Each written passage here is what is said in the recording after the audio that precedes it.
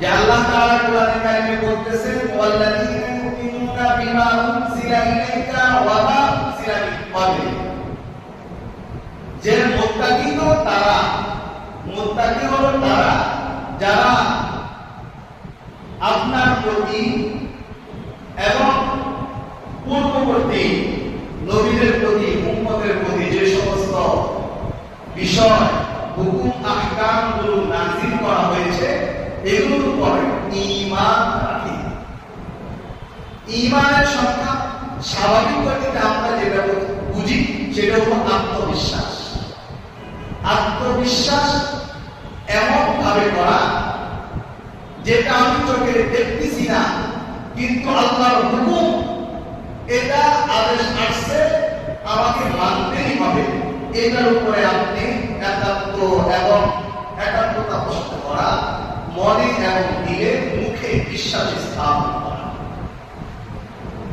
তো আল্লাহ তাআলা বলতেছেন মুত্তাকি কারা, ওয়াল্লাযীনা ইউমিনুনা বিমা উনজিলা ইলাইকা ওয়া মা উনজিলা মিন ক্বাবলিক, যে হে নবী আপনার উপর এবং পূর্ববর্তী নবী এবং উম্মতের প্রতি যে সমস্ত বিধিবিধানগুলো নাযিল করা হয়েছে এগুলোর উপরে ঈমান রাখে, সেই রকম।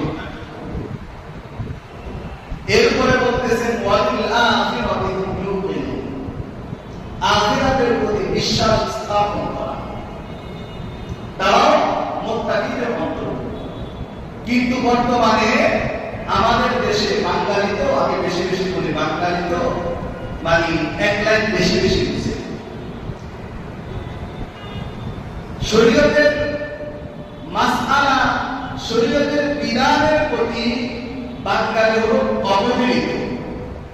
তারা শরীয়তের মাসলা মাসাইল, শরীয়তের বিধানগুলো মানতে না, কিন্তু কথা বলার ক্ষেত্রে আমি তো এটা জানি, আমি তো ওইটা জানি।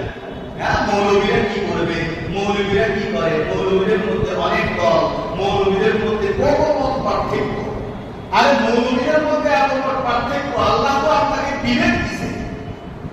আপনি অসুস্থ হইলে আপনি পৃথিবীর মধ্যে সবচেয়ে বড় ডাক্তার যেটা, ওনার কাছে আপনি যাইতে পারেন বিবেক খরচ করে।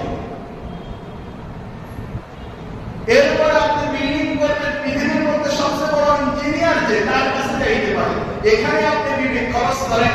আর মৌলবীদের মধ্যে এত পার্থক্য, এত ব্যবধান, শরীর কোনটা এটা আপনি যাচাই বাছাই করে, তল্লাশি করে আপনি মানতে পারেন না।